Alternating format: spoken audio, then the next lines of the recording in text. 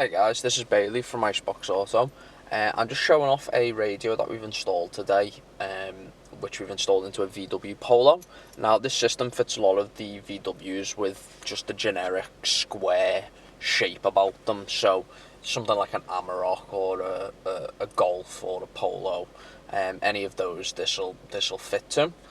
This might actually be a Golf, not a Polo. It's difficult to tell, to be honest, without actually going outside. Now, this system is capable of just CarPlay, Android Auto, but it's also got DAB built into it as well. So if I press this button over here, that's your FM. So that's just your standard aerial radio, and that'll work fine. You've got volume over here. It's not tuned in at the moment because I'm not tuned it in. But if I was to go to 96.7, there we go. Perfect. But scan there, it'll just scan you into the local stations. Going back, if I go home and then go across, go to apps, where is it? DAB. It's just digital radio. So obviously this works a bit better than FM because it's pretty much just digital. You can't get blocked by anything. It's just there. Now obviously you've got a big long list of stations. So there you go. You've got pretty much everything. All the way from A to Z, pretty much. It'll work with your steering wheel controls, so backwards and forwards will work. There you go, that's me skipping forwards. There's me skipping backwards, and obviously your volume controls will work as well. There we are. Now if you press this in, it should mute, unmute.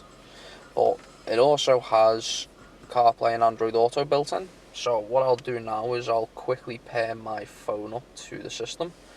Which I probably should have done beforehand, but it's no problem. There we go.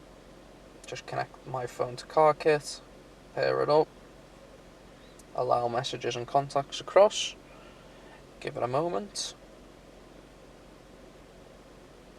There we go.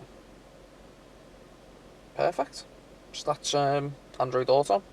It pretty much just puts your phone onto the screen. I imagine you've probably used it before or seen it before at least.